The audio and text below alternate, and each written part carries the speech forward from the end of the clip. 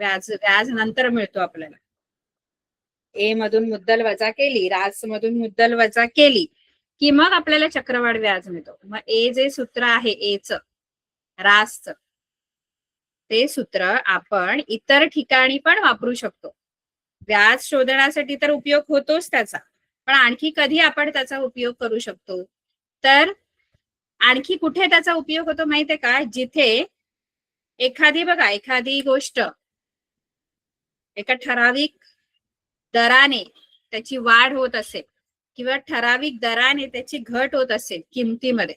जसं आता बघा आपल्या देशाची लोकसंख्या आहे, तर लोकसंख्या काय होते दरवर्षी समजा एका ठराविक दराने वाढत असेल, किंवा आपल्या शहराची लोकसंख्या आहे, आता मुंबई शहर आहे है ना, त्या शहराची लोकसंख्या आहे, तर ती लोकसंख्या दरवर्षी एका ठराविक दराने जर वाढत असेल, दर म्हणजे 10%, दर साल दर शेकडा आपण बघितले ना, आर आर दसा दशे, म्हणजे दर साल दर शेकडा. समजा 10 दराने वाढते म्हणजे 100वर 10 माणसं वाढतायत, म्हणजे एक आधी 100 होती, मग नंतर जर 110 होत आहेत एक वर्षाने, 1000वर मग 100 वाढतील, 2000वर 200 वाढतील, अशी ठराविक वाढ दरवर्षी होते. तर आपल्याला समजा 2 वर्षांनी त्या शहराची एकूण लोकसंख्या विचारली, एका ठराविक दराने लोकसंख्या वाढते, 10 दराने वाढते, 12 दराने, म्हणजे 12 दसा दशेने वाढते किंवा 10 दसा दशेने वाढते. काय वाढतेय? शहराची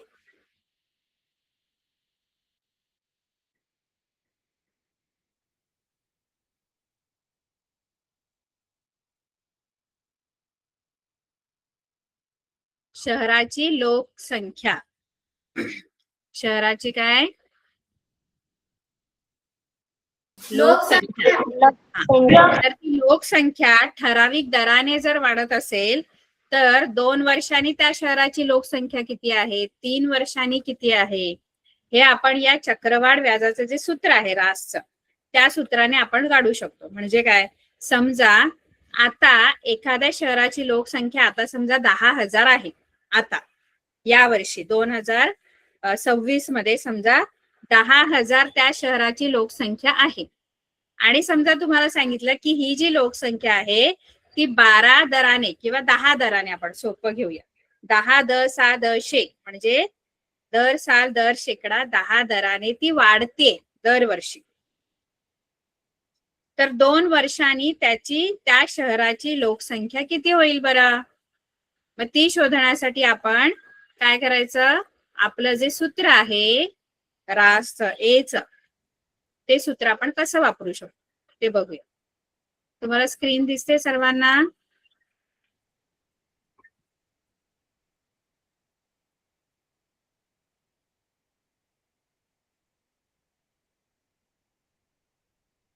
स्क्रीन दिसते बघा. आता आपलं एच जे सूत्र आहे ते आहे पी 1 + r/100 चा n-वा घात. आता मी जे तुम्हाला उदाहरण सांगितलं की एका शहराची लोकसंख्या या वर्षी 10,000 आहे आणि दसा दशे 10 दराने ती वाढते, तर 2 वर्षांनी ती त्या शहराची लोकसंख्या किती असेल? तर तुम्ही मला सांगू शकता का, मी जे तुम्हाला हे उदाहरण सांगितलं त्याच्यामध्ये पी काय घ्यायचंय, आर काय घ्यायचंय आणि एन काय घ्यायचंय? पी काय असणार? पी म्हणजे सुरुवातीची रक्कम. आपण जेव्हा चक्रवाढ व्याज काढायचो तेव्हा सुरुवातीची रक्कम, मुद्दल म्हणायचो आपण त्याला पी, पण ते चक्रवाढ व्याजासाठी. आता पी काय येईल? पी किती येईल आता? 10,000. बरोबर, 10,000 म्हणजे आताची लोकसंख्या. ठीक आहे, रुपये नाही येणार कारण रुपये नाहीये तिथे, लोकसंख्या. आर किती येणार? आर 10. 10 दसा दशे, दसा दशे 10, 10 दरा. आणि एन म्हणजे 2 वर्षांनी मी किती लोकसंख्या होणार ती आपल्याला शोधायची. एन किती घेणार?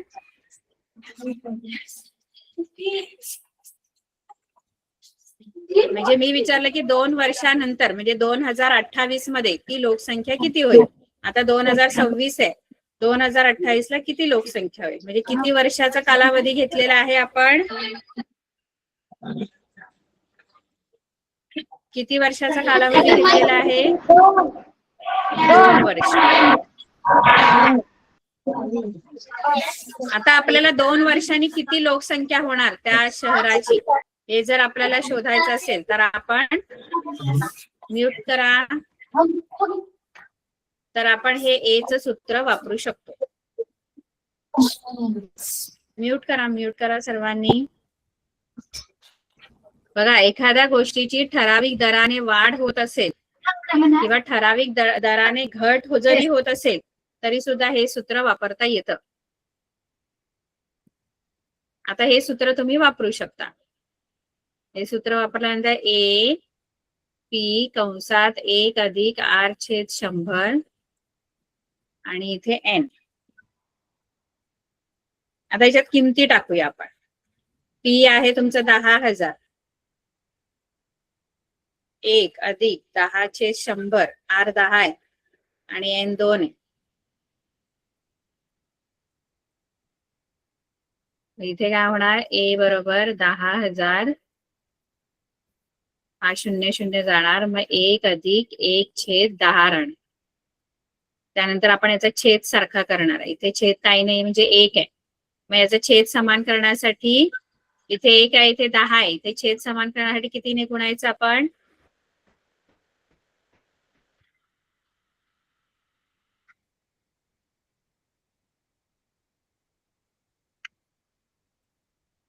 कितीने गुणाकार किंवा छेद समान करायचं तर तिरकस गुणाकार केला तरी सुद्धा चालेल.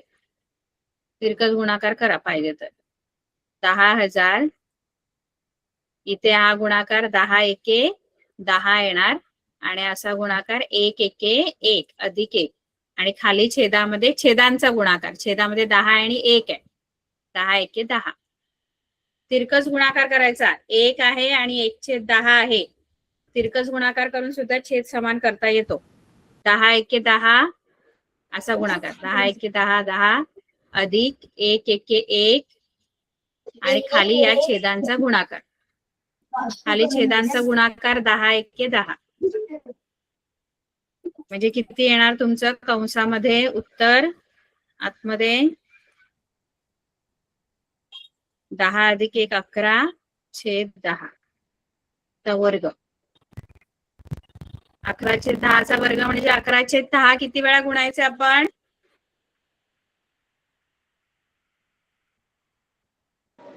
2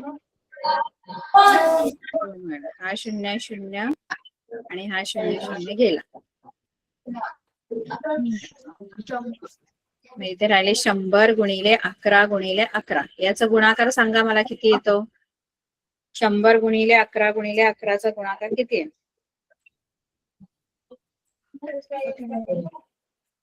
करा गुणाकार सगळ्यांनी. 100 गुणिले 11 गुणिले 11.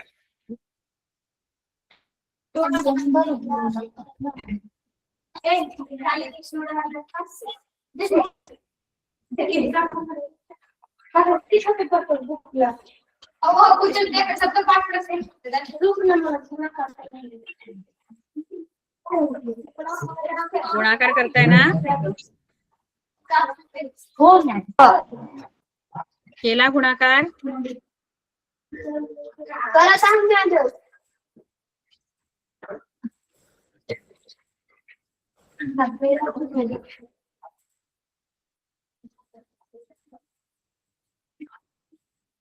गुणाकार येतो सर्वांना?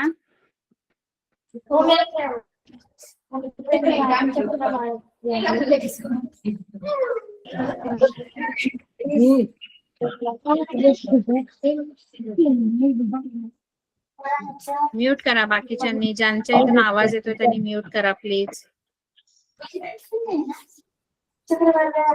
सगळ्यांनी म्यूट करा. फक्त उत्तर आलं की अनम्यूट करून उत्तर द्या आणि परत म्यूट करा. पुन्हा म्यूट करायचं.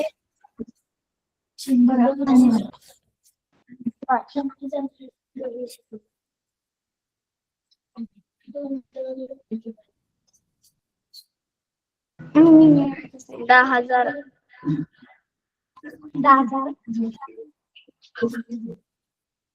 10,000 आला. 10,000.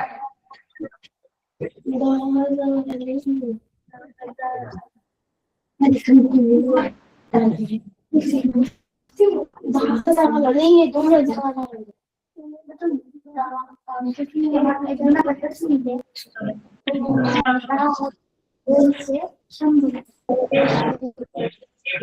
अरे एवढा वेळ. 11 11 गुणिले 11 किती आला? 11 गुणिले 11 121. आणि 100ने गुणणं सोपं आहे. 100ने काही गुणत नाही बसायचं. 121 121 121 लिहायचं आणि 2 शून्य द्यायचे की झालं. ही संख्या किती आहे वाचा? संख्या किती आहे वाचा?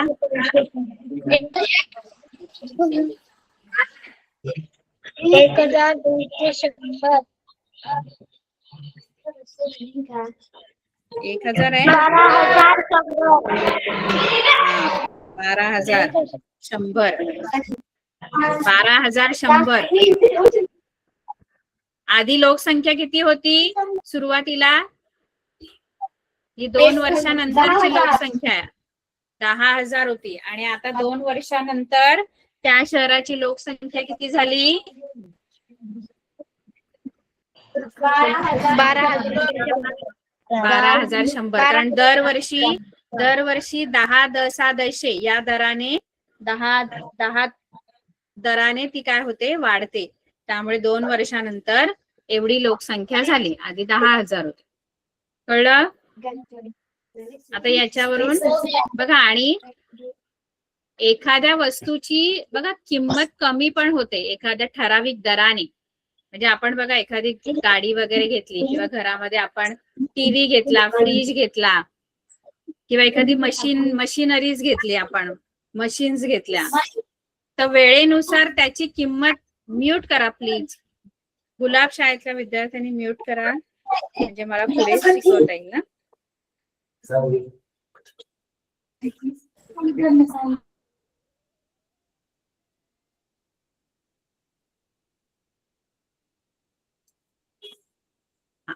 तर जशी वाढ झाल्यावर एखाद्या, आता जसं लोकसंख्येत ठराविक दराने वाढ झाली तेव्हा आपण हे सूत्र वापरतो. तसंच काहींमध्ये ठराविक दराने घट पण होते. घट म्हणजे कमी पण होते त्याची किंमत. जसं आपण एखादी मशीन घेतलीये किंवा एखादा समजा गाडी घेतलीये, टीव्ही घेतलाय, तर त्याची किंमत बघा जसं जसं आपण ती वापरतो ना, जेवढे जास्त वर्ष वापरणार तेवढा त्याची किंमत काय होते? कमी कमी होत जाते.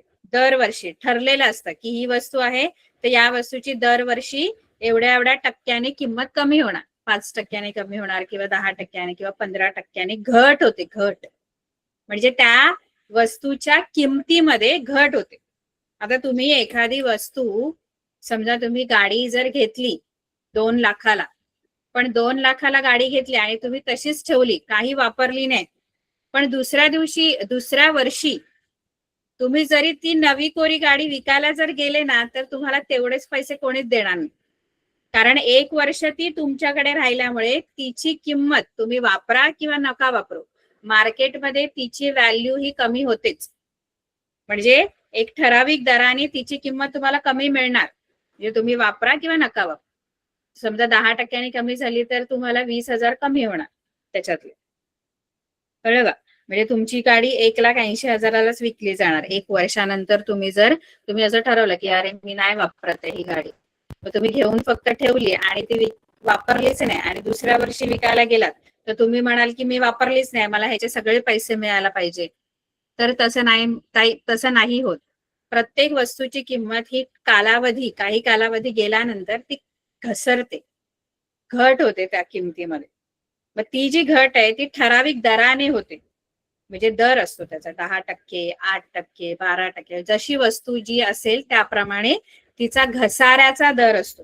घसाऱ्याचा म्हणजे घट होण्याचा दर असतो. त्या दराने त्याची किंमत काय होत असते? त्या वस्तूची किंमत काय होत असते?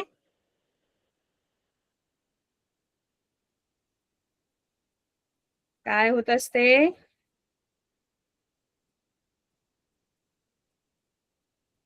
कमी होत असते. जसं लोकसंख्येमध्ये वाढ झाली ना ठराविक दराने, तशी वस्तूच्या किमतीमध्ये ठराविक दराने घट होते. मग घट जेव्हा होते तेव्हा आपण हे सूत्र वापरू शकतो. पण आता तुम्ही म्हणाल मग वाढीसाठी पण हेच सूत्र, घटसाठी पण हेच सूत्र, मग कसं काय? कारण वाढ आणि घट अपोजिट, विरुद्ध गोष्टी आहेत. मग इथे काय करायचं, जेव्हा घट होते की नाही तेव्हा आर जो आहे ना, आर तो आपण ऋण घेतो. काय घेतो? ऋण. आर जो असतो की नाही, दर जो असतो ना, दर तो ऋण घेतला जातो. बघा, एखादी वस्तू काही काळ वापरून ती विकल्यास तिची किंमत खरेदीच्या किमतीपेक्षा कमी होते आणि कमी होणाऱ्या किमतीला घट. ठीक आहे. किमतीतील घसारा ठराविक काळात ठराविक दराने होत असतो. उदाहरणार्थ, यंत्रांची किंमत दरवर्षी ठराविक टक्क्यांनी कमी होते. काही काळानंतर कमी झालेली किंमत काढण्यासाठी चक्रवाढ व्याजाच्या सूत्राचा उपयोग होतो. ही किंमत काढण्यासाठी घसाऱ्याचा दर माहित असावा लागतो. म्हणजे दर किती आहे तो माहित असावा लागतो. समजा मगाशी आपण जे म्हटलं की तुम्ही एखादी गाडी घेतली, तिची किंमत समजा 2 लाख रुपये आहे. ऐकताय ना सगळेजण? समजा आपण एखादी गाडी घेतली, तिची किंमत 2 लाख रुपये आहे.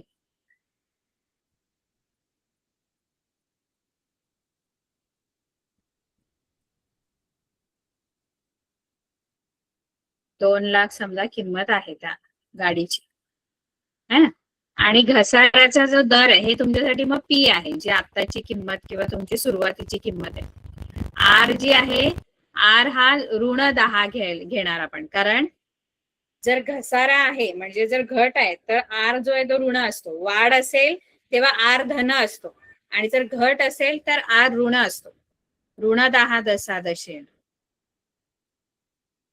आणि 2 वर्ष वापरल्यानंतर त्या वस्तूची किती, त्या गाडीची किती किंमत होईल ते आपण काढू शकतो. आताची किंमत किती आहे? समजा आपण जी घेतलेली आहे खरेदी किंमत ती 2 लाख आहे आणि 2 वर्षांनी जर त्या गाडीची किंमत तुम्ही बघायला गेलात तर ती किती असणार आहे हे आपल्याला चक्रवाढ व्याजाच्या सूत्राने मिळेल की 2 वर्षांनी त्या गाडीची किंमत किती बरं होईल, हे आपल्याला चक्रवाढ व्याजाच्या सूत्राने मिळू शकतं. फक्त इथे जो आर आहे तो ऋण घ्यायचा आहे. आर काय घ्यायचा? आर काय घ्यायचा आहे? ऋण. प्रश्न कळला? मी एक गाडी घेतलीये, तिची किंमत 2 लाख रुपये आहे. 2 वर्षांनी तिची किंमत काय असेल मार्केटमध्ये? कारण ती घसरणार, किंमत कमी होणार. कारण एखादी गोष्ट आपण खरेदी, यंत्र किंवा एखादं मशीन किंवा गाडी किंवा कोणताही इलेक्ट्रॉनिक वस्तू, पण फ्रीज आहे, टीव्ही आहे, वॉशिंग मशीन, ही तुम्ही घरात आणली विकत की तिची किंमत घसरत जाते दरवर्षी. पण तेव्हा आर आहे तो ऋण घ्यायचा आहे. इथे 2 लाख घेते मी. 1 अधिक आर जो आहे तो ऋण 10 असणार तुमचा. आर ऋण 10/100 आणि एन 2 असणार. आता हा ऋण आहे ना, तो हा धन आणि हा ऋण मिळून ऋण होणार. म्हणजे मधलं जे चिन्ह आहे ते बदलणार. ते आधी वाढ जेव्हा असते तेव्हा धन असतं. आता हे 1 धन आणि हे ऋण मिळून ऋण होणार. ऋण 10/100.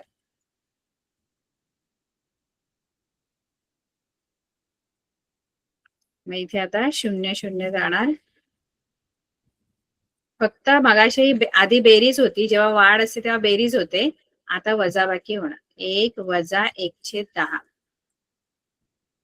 आता याचा छेद सारखा करण्यासाठी आपण काय करणार? तिरकस गुणाकार करू. 10 एके 10, इथे 2 लाख,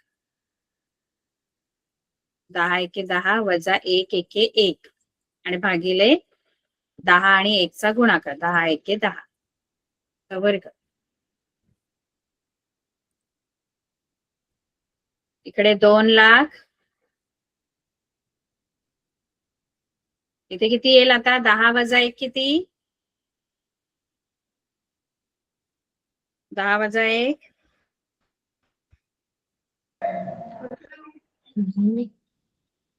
9/10.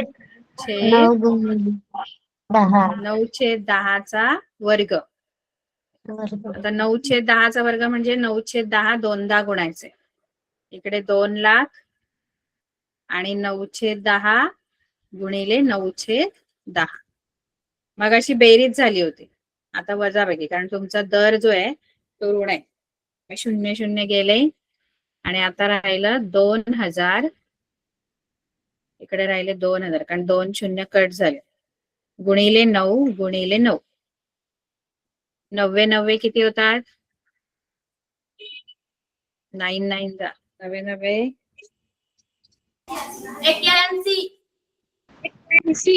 81.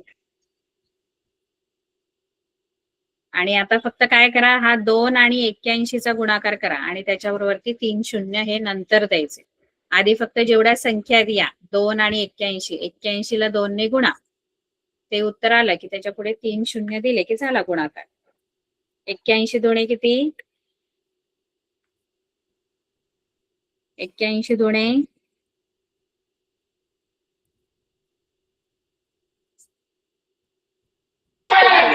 162 आणि वरती 3 शून्य येणार. म्हणजे आता 2 वर्षानंतर जर तुमच्या गाडीची किंमत बघायला गेलात तुम्ही, तर किती असणार आहे?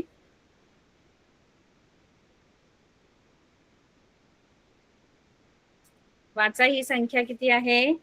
16,02,000. नाही, अशी नाही वाचायची किंमत. एकक, दशक, शतक, हजार, दश, हजार, लक्ष. एकक, दशक, शतक, हजार, दश, हजार आणि हे लक्ष. 1 लाख. 1 हजार लाख आणि दश, हजार एकत्र घ्यायचे. 1 लाख. हा, 1,62,000. आता ही गाडी घेतली होती किती रुपयाला? गाडी घेतली होती किती रुपयाला? 2,000. 2,000 कुठली गाडी येते?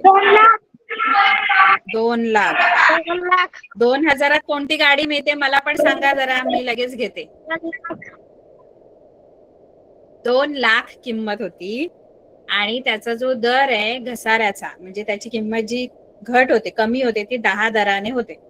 आणि 2 वर्षांनी जर तुम्ही त्याच गाडीची किंमत, तुम्ही जर ती गाडी विकायला गेलात तर त्याची किंमत किती झालेली असेल? 1,62,000 एवढी 2 वर्षांनी त्या गाडीची किंमत झालेली असेल. किंमत कमी झाली की वाढली? घेतली होती 2 लाखाला आणि 2 वर्षांनी तिची किंमत झाली 1,62,000. कळलंय की नाही? कमी झाली. कमी झाली, बरोबर. आता याच्यावरच आपल्याला गणित आहेत, ती आपल्याला सोडवायची आहे. ठीक आहे. 14.2 मध्ये काय दिलंय पहिलं गणित बघा. हा, एका उड्डाणपुलाच्या, उड्डाणपूल म्हणजे जे आपले ब्रिज वगैरे बांधतात, नदीवरचा पूल असेल किंवा मग रस्त्यावरून वरती गाड्या जाण्यासाठी पूल असेल, उड्डाणपूल, फ्लायओव्हर बांधायचा असेल, तर त्या बांधकामावर सुरुवातीला 320 मजूर होते. किती मजूर होते आधी? तिथे काम जेव्हा चालू होतं उड्डाणपुलाचं, तेव्हा सुरुवातीला तिथे 320 मजूर काम करायला होते. दरवर्षी 25% मजूर वाढवण्यात आले, वाढले. मजुरांची संख्या वाढली दरवर्षी. दरवर्षी किती दराने वाढली मजुरांची संख्या? मजुरांची संख्या किती दराने वाढली? 25%. बरोबर. तर 2 वर्षानंतर त्या कामावर किती मजूर असतील? कळलं? तर इथे वापरायचं आपलं एचं सूत्र, रासचं सूत्र, एचं.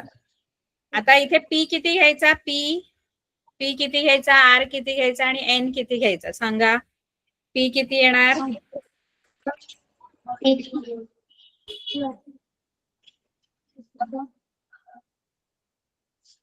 पी किती येणार? 320. बरोबर. आर किती येणार? आर 25%. 20%. बरोबर. आणि एन किती येणार? 2. 2. Very good. आता आपण हे सगळं घेऊन आपण 2 वर्षांनी तिथे किती मजूर कामाला येतील ते आपण शोधणार आहोत. ठीक आहे. आता आपल्याकडे पी आहे 320. पी 320 आहे. आर जो आहे, आर किती दराने? 25% दराने त्यांच्या मजुरांची संख्या वाढते आणि एन आहे 2 वर्ष. 2 वर्षांनी किती मजूर तिथे कामाला असतील असा प्रश्न आहे. तर ए चं सूत्र वापरायचं. ए पी 1 अधिक आर चे 100 आणि एन चा घातांक. इथे पी ची किंमत 320 आहे. किमती टाकणार आता मी. 1 अधिक आर 25 आहे, 25 चे 100 आणि एन 2 आहे. डोक्यावर 2 लिहायचं. 320. इथे 25 चा पाडा येतो का तुम्हाला? 25 चा पाडा. 25 चा पाडा कोणाकोणाला येतो?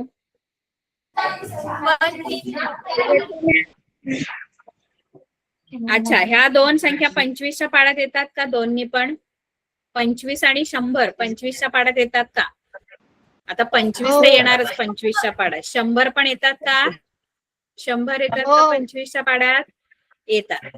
मग दोन्हीला मी 25 ने भाग लावते डायरेक्ट. 25 ने भाग लावायचा. 25 एके 25 आणि 25 4 येणार. बरोबर. चोक 100. 4. आता काय राहिलं बघा. लक्ष द्यायचं इकडे सगळ्यांनी. 1 अधिक 1/4 राहिला आता. ठीक आहे. आणि याचा वर्ग. आता याचा छेद सारखा करावा लागेल आणि छेद सारखा करण्यासाठी काय करायचा? तिरकस गुणाकार. सांगा काय लिहू आता मी? इथे काय लिहू आता? तिरकस गुणाकार केल्यावर 4 एके या 4 आणि 1 चा गुणाकार 4. 4 एके 4 अधिक 1 एके 1 आणि छेदामध्ये या दोघांचा गुणाकार, छेदांचा गुणाकार, याचा आणि याचा छेदात लिहायचा. खाली या दोघांचा छेदांचाच गुणाकार खाली लिहायचा छेदामध्ये. 4 आणि या 1 चा गुणाकार 4 एके 4. ते कुठे लिहायचे? खाली. आणि याचा वर्ग.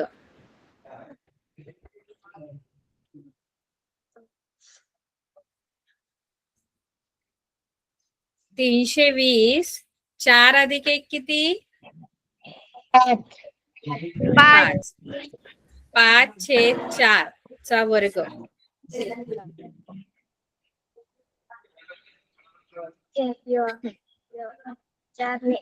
5/4 चा वर्ग म्हणजे 5/4 किती वेळा गुणायचे? 5/4 2 वेळा. 320 गुणिले 5/4 गुणिले 5/4. इकडे आता लक्ष द्यायचं. आपल्याला भाग लावायचा. म्यूट करा सर्वांनी. म्यूट करा रे. आवाज खूप येतो रे.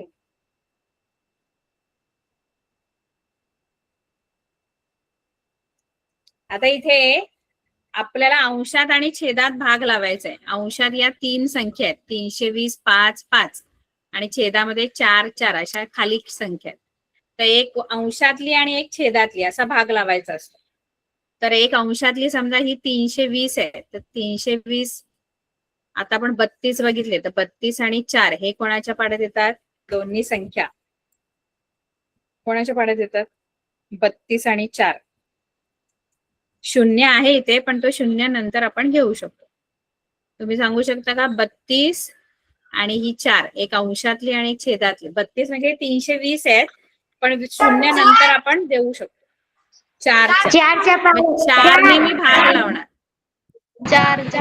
दोन्ही संख्यांना मी 4 ने भाग लावणार. 4 एके 4, चारा 32 कसे येतात? चारा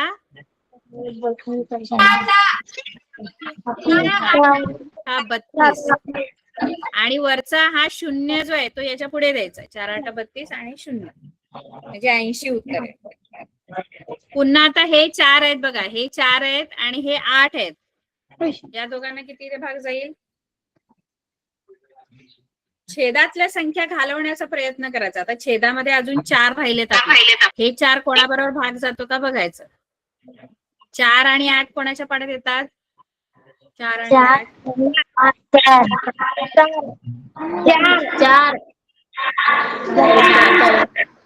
4 एके 4 आणि 4 2 8 आणि वरचा हा 1 0 म्हणजे आता खाली छेदामध्ये एकच राहिलाय बघा. खाली छेदामध्ये 1 1 राहिला की भागाकार पुढे नाही करायचा. संपला भागाकार, एवढाच होऊ शकतो. कारण भागाकारासाठी एक संख्या छेदातली एक अंशातली अशी लागते. पण आता छेदामध्ये 1 1 आल्यामुळे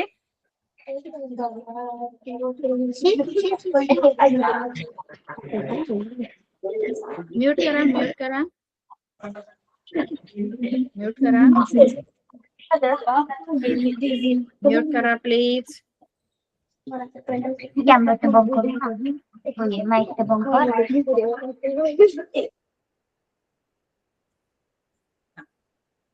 तर इथे आता आपलं राहिलं 20 गुणिले, इथे 20 राहिले, 5 राहिले, 5 राहिले. खाली छेदात काही नाही राहिलं. अंशामध्ये 20 गुणिले 5 गुणिले 5.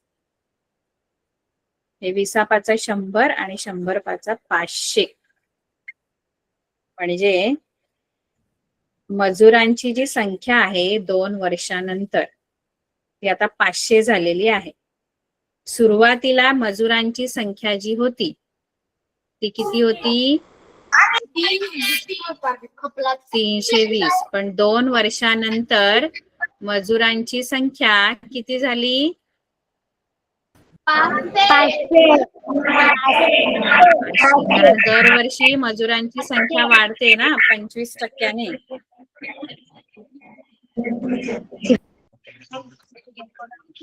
हे लिहून घेताय का तुम्ही?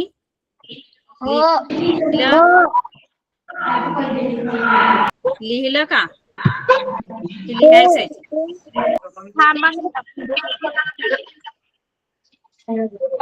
म्यूट करून लिहून घ्या पटकन. म्यूट करा.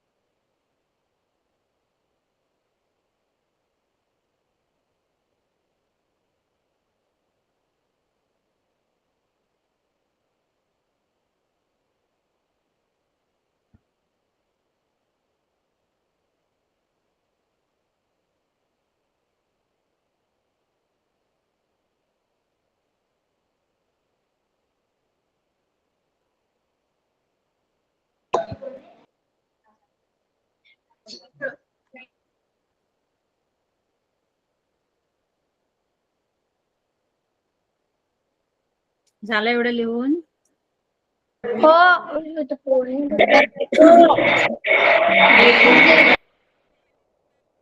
पुढचं लिहा.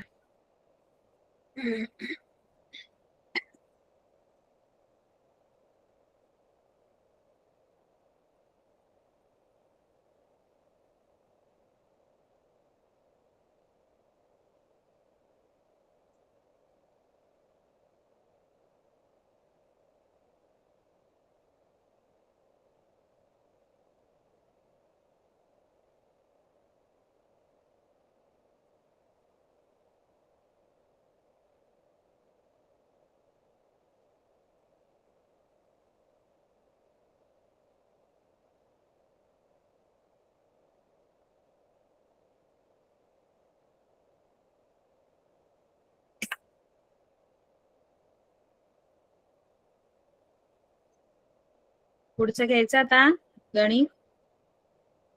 हो. बरं लिहा.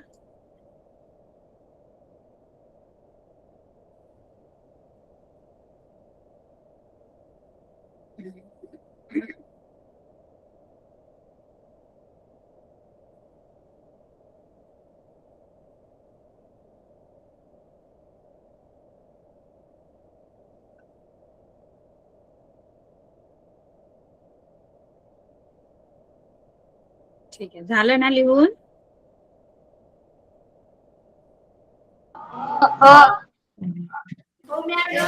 बरं, आता पुढचं गणित बघूया. आता पुढचं तुम्ही सोडवण्याचा प्रयत्न करा आणि मला उत्तर सांगा. हा बघा, दुसरं गणित काय आहे? एका मेंढपाळाकडे, मेंढपाळ असतात ना, मेंढ्या पाळणारे, त्यांच्याकडे 200 मेंढ्या असतील. समजा त्यांच्याकडे आता सध्या 200 मेंढ्या आहेत आणि दरवर्षी ते काय करतात माहितीये का? त्यांच्या संख्येत 10% वाढ होत असेल. दरवर्षी त्या मेंढ्यांच्या संख्येमध्ये वाढ होते 10%. तर 2 वर्षानंतर त्यांच्याकडे किती मेंढ्या असतील? कळला प्रश्न? आता सध्या किती मेंढ्या आहेत? आता मेंढ्या किती आहेत त्यांच्याकडे? 200. आणि दरवर्षी वाढ किती होते मेंढ्यांमध्ये? 10%. 2 वर्षांनी मेंढ्यांची किती संख्या होईल? या गणितामध्ये पी काय घ्यायचा? पी किती घ्यायचंय? पी 200 घ्या. आर किती घ्यायचंय? 10%. आणि एन घ्यायचंय 2 वर्ष. 242 कोण बोललं उत्तर? शोधलं पण उत्तर?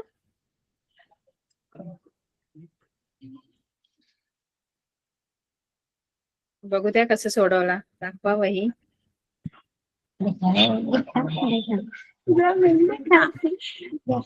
म्यूट करा आणि उत्तर शोधा. सोडवायचंय सगळ्यांनी, गणित सोडवायचंय. सूत्र लिहा.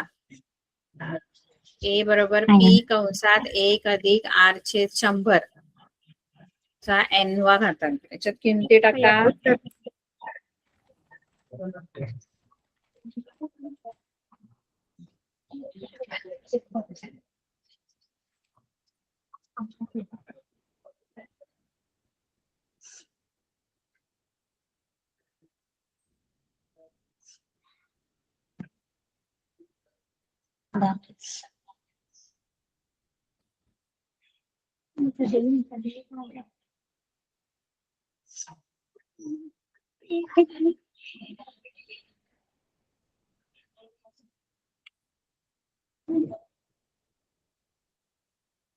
सोडवताय ना सगळे?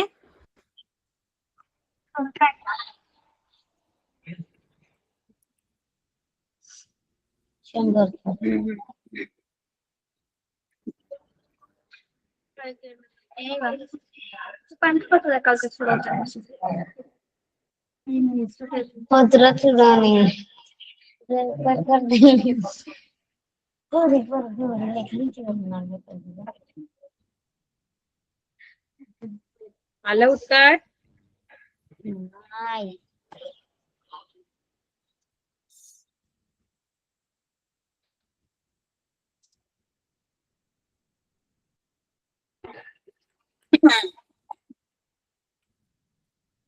ही 200 घ्या. पी ची किंमत 200.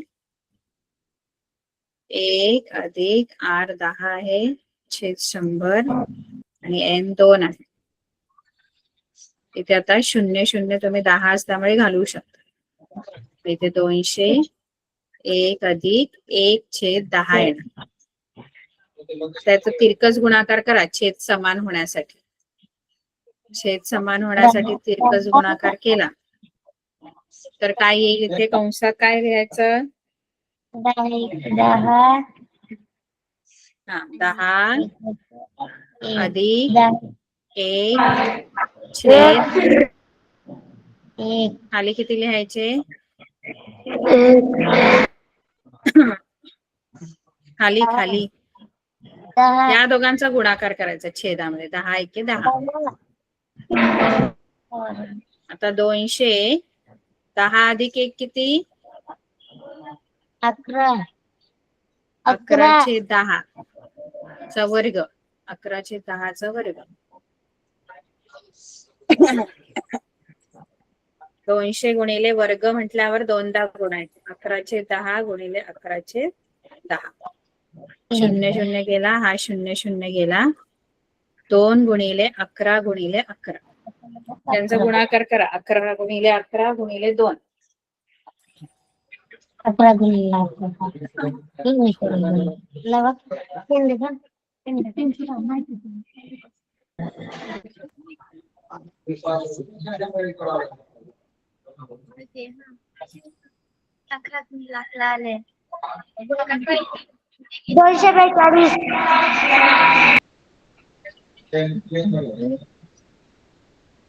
242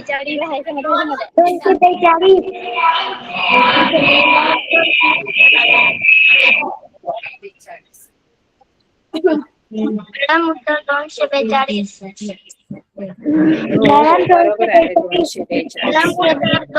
242. 242 उत्तर. म्हणजे सुरुवातीला किती होत्या मेंढ्या?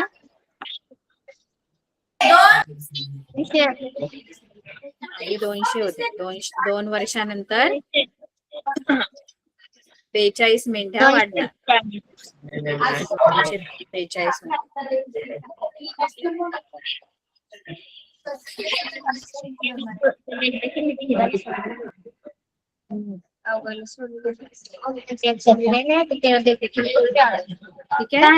आता जे गणित आहे ते पण तुम्ही सोडवायचंय. तिसरं गणित घरीच, म्हणजे तुम्हाला होमवर्क आहे. एका अभयारण्यात 40,000 झाडे आहेत अभयारण्यात. आणि दरवर्षी ना, ऐकताय ना? म्यूट करा सर्वांनी. दरवर्षी 5% दराने वृक्ष वाढ झालेली आहे. वृक्ष वाढ करण्यात येणार आहे. 5% झाडं लावण्यात येणार आहेत दरवर्षी.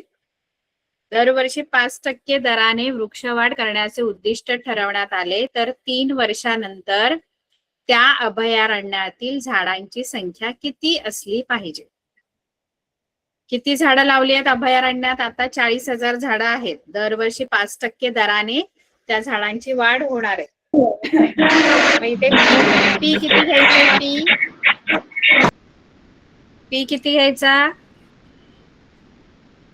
या गणितामध्ये? पी किती? 40,000. आर किती आहे? 5%. जो आर आहे तो 5% घ्यायचा आहे. आणि एन किती घ्यायचा?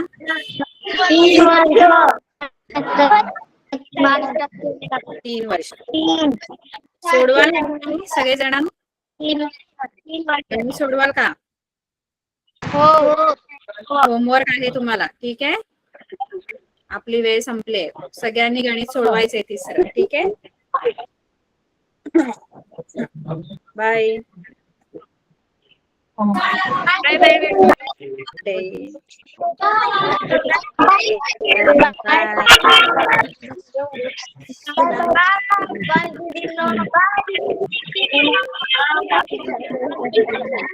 Have a good day. Bye. Bye.